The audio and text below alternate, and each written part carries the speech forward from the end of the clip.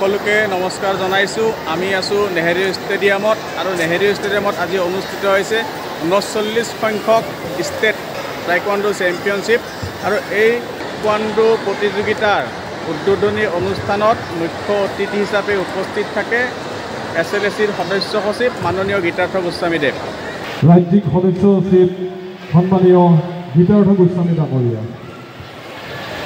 তেখেতক সম্পূৰ্ণ জনাবৰ বাবে সদৌ টাইকোৱাণ্ডো সন্থাৰ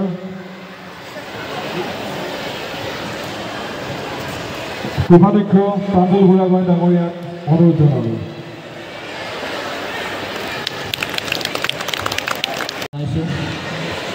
মঞ্চত উপবিষ্ট অসম টাইকোৱাণ্ডো সন্থাৰ সাধাৰণ সম্পাদক বীৰেন্দ্ৰ শইকীয়া ডাঙৰীয়া, আমাৰ সকলোৰে প্ৰেৰণাৰ এতিয়াও খেলি থকা খেলুৱৈ লহকৰ ডাঙৰীয়া, PK দাস ডাঙৰীয়া, প্ৰমুখ কৰি ইয়াত উপস্থিত ৰেফাৰীজ, কোচেছ, টিম মেনেজাৰ আৰু খেলুৱৈসকল।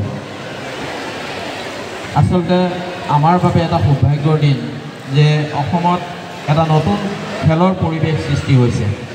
আজি ইয়াত দেখি ভাল লাগিছে যে এটা সুন্দৰ পৰিৱেশত ইমান কণ কণ সৰু সৰু ল'ৰা ছোৱালীবোৰে টাইকোৱাণ্ডো খেলিব আহিছে দেখি এটা নতুন পৰিৱেশ দেখি খুব আনন্দিত হৈছোঁ। তাৰ বাবে অসম টাইকোৱাণ্ডো সন্থাৰ লগত এটা দশক আগলৈকে খেল ধেমালি আছিল, এতিয়া খেল কেৰিয়াৰ হ'ল।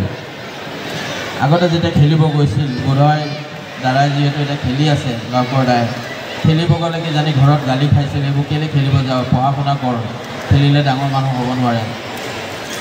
বোধহয় তেনেকুৱা ইয়াত বহুত ৰেফাৰীজ বহি আছে, কোচ বহি আছে, খেলুৱৈ আছে, যোনে ঘৰৰ পৰা গালি খাইছিলে যে খেলিব নালাগে, খেলিলে ডাঙৰ মানুহ হ'ব নোৱাৰে, পঢ়িলেহে ডাঙৰ মানুহ। আমাৰ সন্মুখত উদাহৰণ আছে, যিটো পঢ়ি পেলাই পাব পাৰি সেইটো খেলি পেলাই অতি সোনকালে পাব পাৰি।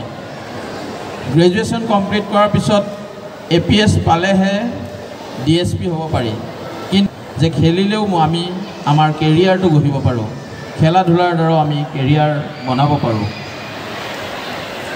আৰু বিশেষভাৱে অসম চৰকাৰৰ মাননীয় মুখ্যমন্ত্ৰী ডক্টৰ হিমন্ত বিশ্ব শৰ্মা ডাঙৰীয়াই যিদিনাৰ পৰাই দায়িত্ব গ্ৰহণ কৰিছে, অসমত এটা নতুন পৰিৱেশ ৰচনা কৰিবলৈ তেখেতে চেষ্টা কৰিছে।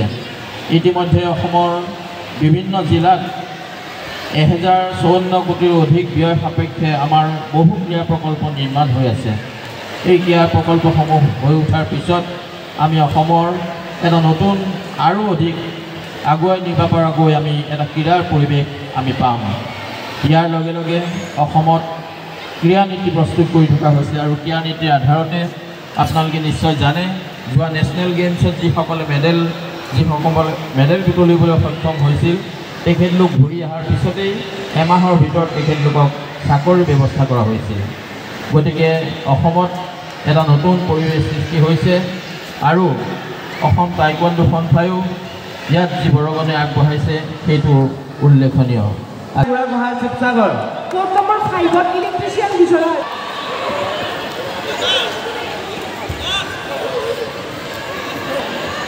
Blue chase guard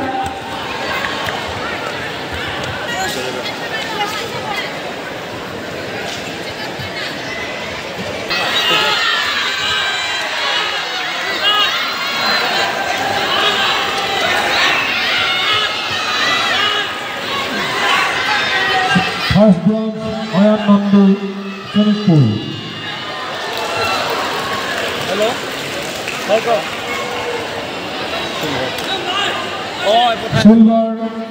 silver Gaurav Deka Bokakhat. Gold medal Barnil Das Barpeta.